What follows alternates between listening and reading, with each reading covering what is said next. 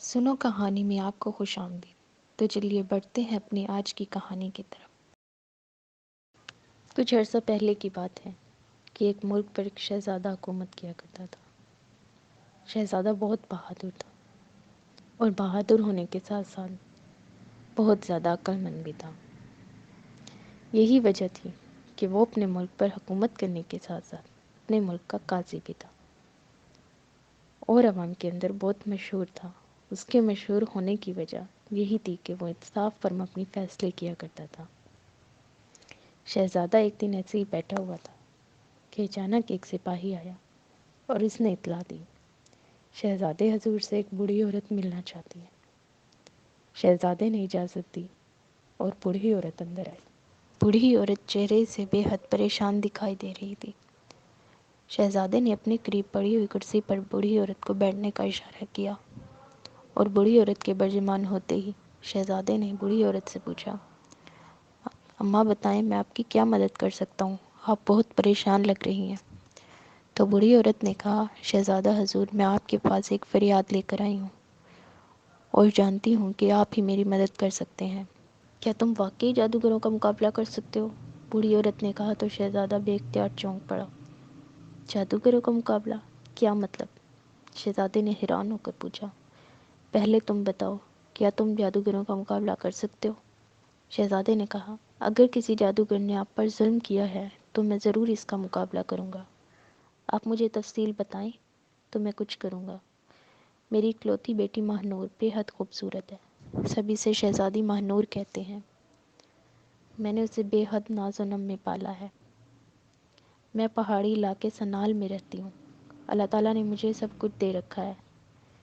میری ایک ہی بیٹی ہے جو شہزادیوں کی طرح رہتی ہے اور شہزادیوں جیسا ہی لباس پہنتی ہے۔ 2 روز پہلے وہ اپنے مکان کی چھت پر کھڑی تھی کہ اچانک ایک بڑا سا سرخ رنگ کا پرندہ کہیں سے اڑتا ہوا آیا۔ وہ بہت بھیانک تھا اور میری بیٹی کو اپنے ساتھ لے گیا۔ بے شمار لوگوں نے یہ منظر دیکھا اور پہاڑوں میں جا کر ماہنور کو تلاش کیا، لیکن نہ ہی اس پرندے کا پتہ چلا اور نہ ہی ماہنور کا۔ میں نے ایک نجومی سے رابطہ کیا تو اس نے حساب کر کے مجھے بتایا کہ ماہنور کو ایک بہت بڑے جادوگر نے اغوا کر لیا ہے اور وہ اسے اپنے محل میں لے گیا۔ وہ چاند کی 14ویں رات کو اس سے شادی کرے گا اور پھر اس کے بعد اس کی بلی چڑھا دے گا۔ چاہتی ہوں کہ میری بیٹی مجھے واپس مل جائے، اسی لیے میں تمہارے پاس آئی ہوں، کیونکہ تمہارا انصاف مشہور ہے اور میں جانتی ہوں کہ تم میری مدد ضرور کرو گے۔ جادوگر بہت بڑا ہے اور طاقتور بھی ہے اور میں اس کا مقابلہ نہیں کر سکتی اور نہ ہی اس کا کوئی کچھ بگاڑ سکتا ہے، اس لیے تمہارے پاس آئی ہوں۔ تم بے حد بہادر اور عقل مند ہو، تم ضرور میری بیٹی کو واپس لے آؤ گے۔ آپ فکر مت کریں، یہ میرا فرض ہے، میں اسے ضرور واپس لاؤں گا۔ آپ واپس جائیں تاکہ میں فوری طور پر کام کر سکوں۔ شہزادے نے کہا تو بوڑھی عورت اسے ایک مرتبہ پھر دعائیں دیتی ہوئی رخصت ہو گئی۔ شہزادے نے فوری شاہی نجومی کو بلایا۔ حکم شہزادے حضور، بوڑھے شاہی نجومی نے سلام کرتے ہوئے کہا۔ شہزادے نے اسے ساری بات بتا دی۔ تم مجھے حساب کر کے بتاؤ کہ یہ جادوگر کہاں رہتا ہے اور اسے کیسے ہلاک کیا جا سکتا ہے اور کس طرح اس سے بوڑھی عورت کی بیٹی ماہنور کو واپس حاصل کیا جا سکتا ہے۔ اس جادوگر کی جانیں خوبصورت لیکن انوکھے طوطے میں ہیں اور یہ انوکھا طوطا کالے سمندر کے اندر ایک جزیرے میں اپنے جیسے بہت سے طوطوں کے ساتھ رہتا ہے۔ یہ سب طوطے ایک جیسے ہیں، اس لیے اس انوکھے طوطے کی پہچان نہیں کی جا سکتی، لیکن اس کی پہچان کا ایک طریقہ یہ ہے اور وہ یہ ہے کہ آپ اپنے ساتھ کڑوا سیب لے جائیں اور دوسرے میٹھے سیبوں میں ملا کر ان طوطوں کے سامنے پھینک دیں۔ جو طوطا یہ کڑوا پھل کھائے اسے آپ پکڑ لیں اور اسے کہیں کہ وہ آپ کو جادوگر تک پہنچا دے، تو انوکھا طوطا آپ کو فوراً جادوگر تک پہنچا دے گا۔ شاہی نجومی نے کہا، لیکن اس انوکھے طوطے کو وہیں جزیرے پہ ہلاک مت کیجیے گا، وہ جادوگر بھی ساتھ ہی ہلاک ہو جائے گا۔ نہیں، یہی تو اصل بات ہے، صرف طوطے کے ہلاک ہونے سے جادوگر ہلاک نہیں ہوگا، بلکہ جب تک آپ اس جادوگر کے سر پر موجود 3 انسانی کھوپڑیوں میں سے ایک کھوپڑی کو توڑ کر اس پر طوطے کا خون نہ ڈالیں گے تب تک جادوگر ہلاک نہیں ہوگا۔ شاہی نجومی نے کہا، لیکن وہ تو مجھے فوراً جادو سے ہلاک کر دے گا۔ شہزادے نے کہا، جب تک یہ طوطا آپ کے پاس ہوگا اس کا کوئی جادو آپ پر اثر نہیں کر سکے گا، باقی آپ نے خود ہی عقل مندی سے کام لینا ہے۔ شاہی نجومی نے کہا تو شہزادے نے اس کا شکریہ ادا کیا اور پھر اسے انعام دے کر واپس بھیج دیا۔ شاہی نجومی کے جانے کے بعد اس نے اپنے خاص صندوق میں پڑی ہوئی ایک نیک بزرگ کی دی ہوئی انگوٹھی نکالی اور اسے انگلی میں پہن کر وہ شاہی باغ میں آ گیا۔ وہاں سے اس نے بہت سے میٹھے سیب اکٹھے کیے اور پھر ایک قبرستان میں جا کر اس نے وہاں سے سیب کی شکل کا کڑوا پھل توڑا اور اسے میٹھے سیبوں میں شامل کر کے اس نے اس انگوٹھی سے مخاطب ہو کر کہا، اعلی جزیرے پر پہنچا دے، اور اس کے ساتھ ہی اس نے آنکھیں بند کر لی۔ اس کے جسم کو جھٹکا لگا تو اس نے آنکھیں کھول دی۔ اس نے دیکھا کہ وہ ایک سیاہ جزیرے میں موجود ہے جہاں درختوں کی تعداد میں خوبصورت طوطے موجود ہیں۔ شہزادے نے طوطا پکڑنے والا خاص جال تیار کیا اور پھر اس نے کپڑے میں بندھے ہوئے سیب نکال کر زمین پر ڈال دیے اور خود ایک جھاڑی کی اوٹ لے کر بیٹھ گیا۔ طوطے ان سیبوں پر ٹوٹ پڑے۔ تھوڑی دیر بعد صرف وہی ایک کڑوا پھل وہاں رہ گیا تو ایک خوبصورت طوطا آیا اور اس نے اس کڑوے پھل کو کھانا شروع کر دیا۔ ابھی اس نے آدھا بھی پھل کھایا بھی نہ تھا کہ شہزادے نے جال ڈال کر اسے پکڑ لیا۔ شہزادے مجھے چھوڑ دو، طوطے نے یخلق انسانی آواز میں چیخ چیخ کر کہنا شروع کر دیا۔ تم انسانی زبان بھی بول لیتے ہو؟ ہاں، تم مجھے چھوڑ دو۔ تمہارا کیا نام ہے؟ شہزادے نے پھر پوچھا۔ میرا نام انوکھا طوطا ہے۔ میں اصل میں پرستان کے شاہی باغ کا رہنے والا ہوں۔ میں دنیا کی ہر زبان جانتا ہوں، اس لیے مجھے انوکھا طوطا کہا جاتا ہے۔ مجھے جادوگر نے پرستان کے شاہی باغ سے پکڑ کر یہاں چھوڑا ہے، لیکن تمہارا آقا جادوگر بے حد ظالم ہے اور میں اسے ہلاک کرنا چاہتا ہوں، اور اسے ہلاک کرنے کے لیے تمہاری ہلاکت بھی بے حد ضروری ہے۔ شہزادے نے کہا، تم ٹھیک کہتے ہو، لیکن میں تمہیں ایک اور طریقہ بتا سکتا ہوں جس سے تم زیادہ آسانی سے اسے ہلاک کر سکتے ہو اور میری جان بھی بچ جائے گی۔ انوکھے طوطے نے کہا، کون سا طریقہ؟ تمہیں شاہی نجومی نے یہی بتایا کہ تم جادوگر کے سر پر بندھی ہوئی انسانی کھوپڑیوں میں سے ایک کھوپڑی کو توڑ کر اس پر میرا خون ڈالو گے تو جادوگر ہلاک ہو جائے گا۔ انوکھے طوطے نے کہا، ہاں، شہزادے نے جواب دیا۔ یہ بات جادوگر کو معلوم ہو گئی ہے، اس لیے اس نے کھوپڑیاں بدل دی ہیں۔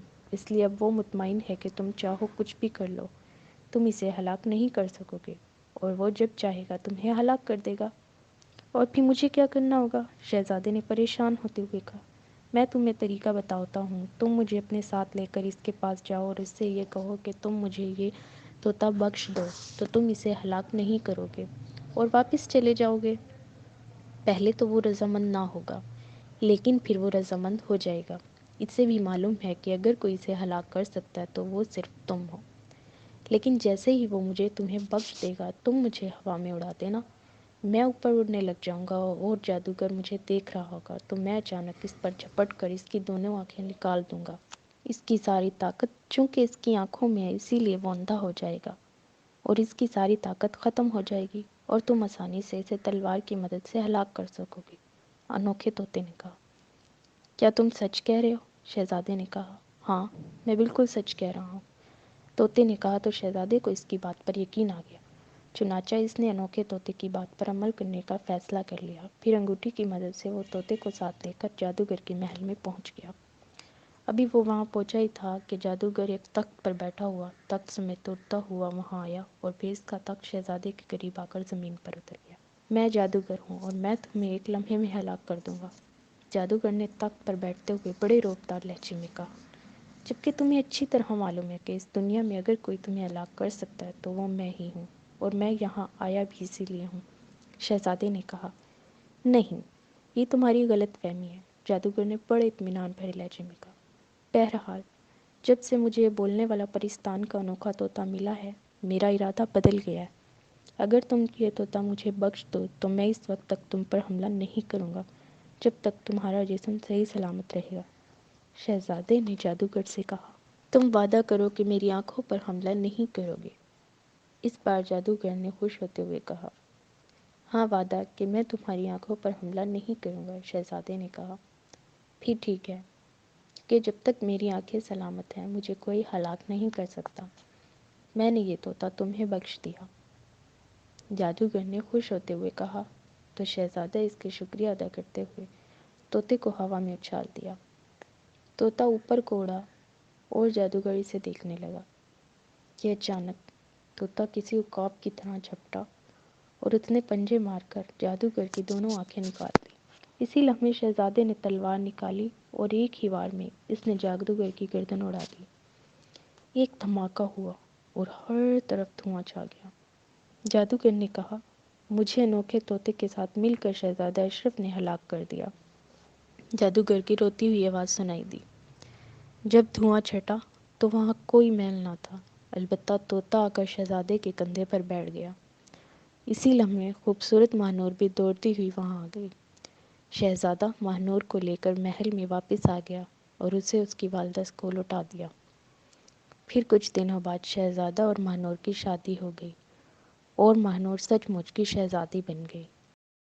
ہمارے چینل کو سبسکرائب کریں اور کمنٹ سیکشن میں اپنی رائے سے ضرور آگاہ کیجیے۔ شکریہ۔